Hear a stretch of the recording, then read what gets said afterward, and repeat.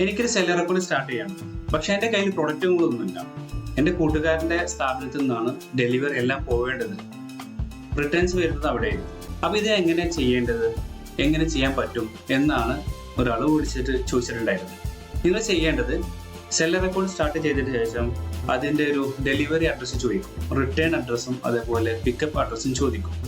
അതിൽ ഏത് സ്ഥാപനത്തിൻ്റെ ആണോ അല്ലെങ്കിൽ ഏത് സ്ഥാപനത്തിൽ നിന്നാണോ ഡെലിവറി പോവേണ്ടത് ആ സ്ഥാപനത്തിൻ്റെ അഡ്രസ്സ് കൊടുക്കും.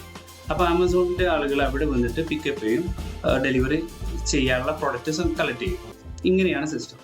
അപ്പോൾ ഇതിന് വേണ്ടത് സെല്ലർ അക്കൗണ്ട് സ്റ്റാർട്ട് ചെയ്തതിന് ശേഷം നിങ്ങളുടെ സെല്ലർ ആപ്പ് ഇൻസ്റ്റാൾ ചെയ്യുക. ഇൻസ്റ്റാൾ ചെയ്തതിന് ശേഷം വരുന്ന ഓർഡേഴ്സ് പിക്ക് ചെയ്യണം. വരുന്ന ഓർഡേഴ്സ് സ്പോട്ടിൽ തന്നെ പിക്ക് ചെയ്തിട്ട് അതിൻ്റെ പ്രിന്റ് അല്ലെങ്കിൽ അതിൻ്റെ സ്ക്രീൻഷോട്ട് നിങ്ങളുടെ ഫ്രണ്ടിന് അയച്ചു കൊടുക്കുക.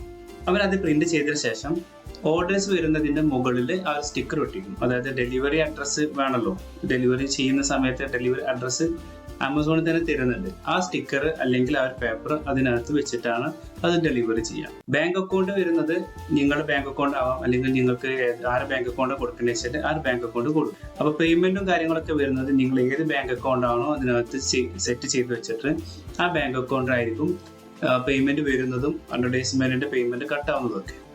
നിങ്ങൾ ഏതെങ്കിലും സ്ഥാപനത്തിൽ വർക്ക് ചെയ്യുന്നവരോ അല്ലെങ്കിൽ വേറെ ജോലി ചെയ്യുന്നവരോ ഒക്കെ ആയിരിക്കാം. പക്ഷേ ഡെലിവറി ചെയ്യുന്നതും പ്രൊഡക്റ്റ് സെൻഡ് ചെയ്യുന്നതും റിസീവ് ചെയ്യുന്നതും ഒക്കെ വേറൊരു ടീമായിരിക്കും. അതായത് ഒരു ചെറിയൊരു ഡ്രോപ്പ് ഷിപ്പിംഗ് വേണമെങ്കിൽ പറയാം. ആമസോൺ അക്കൗണ്ട് സ്റ്റാർട്ട് ചെയ്യുന്ന സമയത്ത് കൊടുക്കുന്ന അഡ്രസ്സ് ആയിരിക്കും ഡെലിവറി അഡ്രസ്സും അതേപോലെ റിട്ടേൺ അഡ്രസ്സും.